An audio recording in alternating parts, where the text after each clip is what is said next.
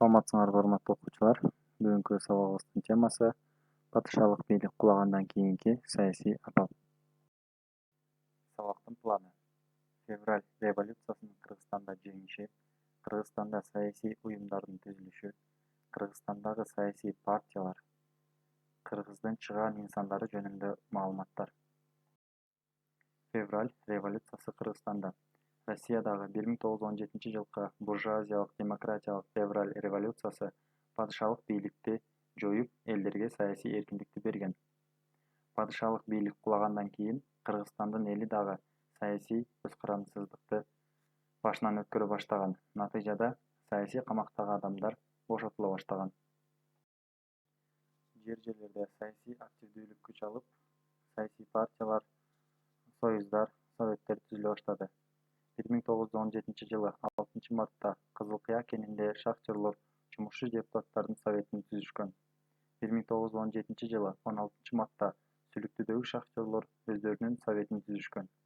1917-жылы 6-7 марттарда Бишкекте, 14 мартта Ошто солдат депутаттардын советтерин түзүштү. Убактылуу өкмөттү колдогон буржуазия советтер менен аткаруу комитеттери, коомдук коопсуздук комитеттери деп аталган бийлик органдарын түзүштү. Падыша өкмөтү кулагандан кийин Россияда кош бийлик орноду. Башкача айтканда эки бийлик орноду. Алар жумушчу солдат советтери жана убактылуу өкмөт. Ал эми Кыргызстандын аймагында Россиядан айырмаланып 3 бийлик орноду. Алар убактылуу өкмөт, жумушчу солдат советтери жана Кыргыз коомдук комитеттери. Россиядагы февраль революциясынын натыйжасында падышалык бийлик кулаган. Анын ордуна келген убактылуу өкмөт элдин агрардык саясий маселелерин чече албады. Февраль революциясынын натыйжасында Москвадан 490 кыргыз, Минскден токой кыйып иштегендер, Түркстан жана Сибирдеги ишканаларда иштеген кыргыздар убактылуу өкмөттүн уруксатысыз эле Кыргызстанга кайтып келе башташты. 1917-жылы күз айларына чейин 30 000 адам кайтып келген. Чүй-Сугат каналында иштегендер да иштерин таштап кетишкен. Тыл жумуштары убактылуу өкмөттүн саясатына каршы күрөшүү үчүн Ташкентте 800 адам чогулган чоң жыйын өткөрүүгө аракеттене баштаган. Кытайдан келген кыргыздардын абалы. Россиядагы падыша бийлиги кулагандыгын уккан кыргыздар өз мекенине кайта баштаган.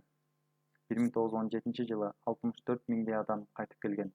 Убактылуу өкмөттүн Түркстан комитети качкын элде ата мекенине кайтып келүүсүнө тыюу салган токтом чыгарган. Качып келген кыргыздарды жолдон тосуп кырып салышкан. Убактылуу өкмөт мурунку падышалыктын саясатын уланткан. Кыргызстандагы саясий уюмдардын түзүлүшү. 1917-жылы жайында Бишкекте Сыдыковдун жетекчилиги астында Алаш улуттук партиясынын жергиликтүү бөлүмү түзүлгөн.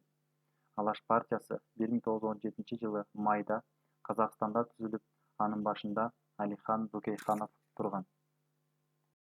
Улуттук Алаш партиясынын негизги максаты демократиялык Россия Федерациясынын курамында казак жана кыргыз элинин өз алдынча автономиялуу мамлекетин түзүү болгон. Ал эми Түштүк Кыргызстанда өзбек, кыргыз байлары, интеллигенциялары, дин кызматкерлери Шуро-Ислам, башкача айтканда Ислам кеңеши партиясынын жергиликтүү уюму түзүлгөн. Партия 1917-жылы майда Ташкентте түзүлгөн. Жетекчиси Кудайбергенов болгон. Шуро-Ислам партиясынын максаты буржуазиялык Россиянын курамында Түркстандын улуттук мусулмандык автономиясын түзүү болгон. Кыргызстанда Социал Туран партиясынын жергиликтүү уюмдарын түзүү аракеттери дагы башталган. Ага соода буржуазиясы, мугалимдер, окуучулар, котормочулар мүчө болушкан. Туран партиясынын максаты өз алдынча бирдиктүү түрк мамлекетин түзүү болгон. Партия толук уюштурула электе эле контрреволюциячыл уюм катары таанылып, тыюу салынган. Ошол мезгилде Кыргызстандын аймагында партиялардан тышкары союздар дагы түзүлгөн. 1917-жылы майда Бишкекте кедей жана орто дыйкандардын башын бириктирген Бухара союзу түзүлгөн. Анын төрагасы Кожомурат Сарыкулаков болгон. 1917-жылы март айында Сүлүктүдө, апрель-июнда Бишкекте, Ошто жана Кызыл Кыяда социал-демократиялык топтор түзүлгөн. Жетекчилери меньшевиктер жана эсерлер болгон. Айыл кыштактарда келген орус дыйкандардын жана кыргыздардын арасында солчул эсерлердин таасири чоң болгон. Алар жерди бөлүштүрүү идеясы менен чыгып, ар бир дыйканга 30 гектардан жер бөлүүгө убада кылган. Кыргызстанда ар түрдүү адистиктеги жумушчуларды бириктирген союздар түзүлө баштаган.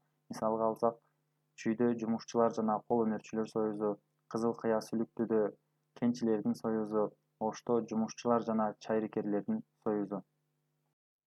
1917-жылы Октябрь революциясы болуп, убактылуу өкмөттү бийликтен кулатып, бийликке Владимир Ильич Ленин жетектеген большевиктер келген. Алардын бийлиги Совет өкмөтү деп аталган. 1917-жылы февраль-октябрь айларында Кыргызстанда да бийлик большевиктердин колуна өткөн. Тема боюнча суроолор. Буржуазиялык демократиялык февраль революциясы Кыргызстанда кандайча өнүккөн? Революциядан кийин эмне үчүн Кыргызстанда 3 бийлик орногон? Алгачкы советтер эмне үчүн Кыргызстандын түштүгүндө орногон? Эмне үчүн реалдуу бийлик убактылуу өкмөттүн комитеттеринин колунда болгон? Убактылуу өкмөттүн улут саясатына мүнөздөмө бергиле. Февраль революциясынан кийин Кыргызстанда түзүлгөн саясий партияларды жана уюмдарды талдагыла.